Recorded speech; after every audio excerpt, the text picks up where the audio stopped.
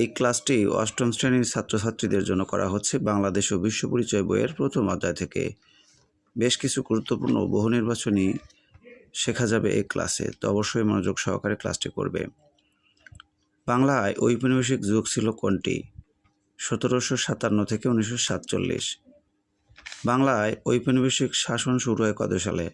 1757 সালে। এরপর পাল রাজারা প্রায় কত বছর এদের শাসন করেন? 400 বছর। এরপর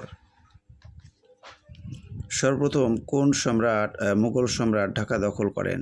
জাহাঙ্গীর। এরপর সুলতানি আমলে বাংলার রাজধানী ছিল কোথায়? সোনারগাঁও। বাংলায় স্বাধীন সুলতানি শাসনের অবসান ঘটে 1538 সালে। কোন শক্তির হাতে সেন শাসনের অবসান হয়? মুসলিম শক্তির হাতে। কত সালে পলাশীর যুদ্ধ হয়? 1757 সালে।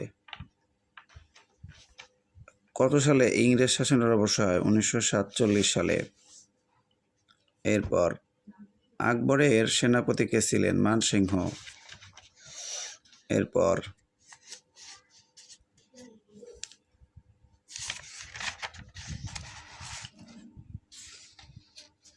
ভাস্কো দা গামা কোন দেশের নাগরিক ছিলেন? পর্তুগাল।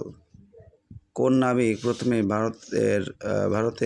ভারত মহাসাগরের কর্তৃত্ব অধিকার করেন? এটা দরকার নাই। বার্নিয়ার কোন দেশের পর্যটক ছিলেন? ফরাসি। আর এই যে পর্তুগিজ নাবিক ভারতে প্রথম কোন বন্দরে আসে? কালিকট।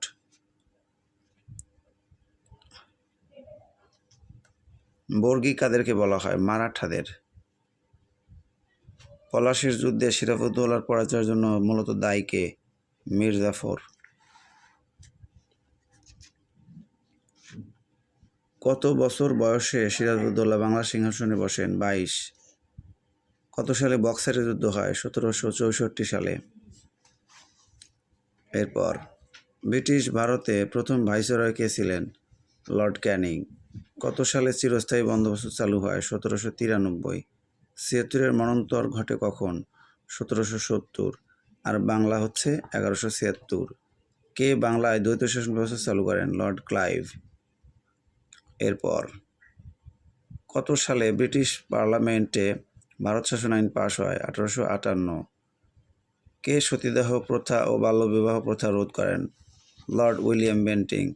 কত সালে সিপাহী বিদ্রোহ হয়? 1857 সালে। শিক্ষার্থী বন্ধুরা, এখানে ক্লাসটা শেষ হলো। সবাই ভালো থাকবে, সুস্থ থাকবে। আল্লাহ হাফেজ।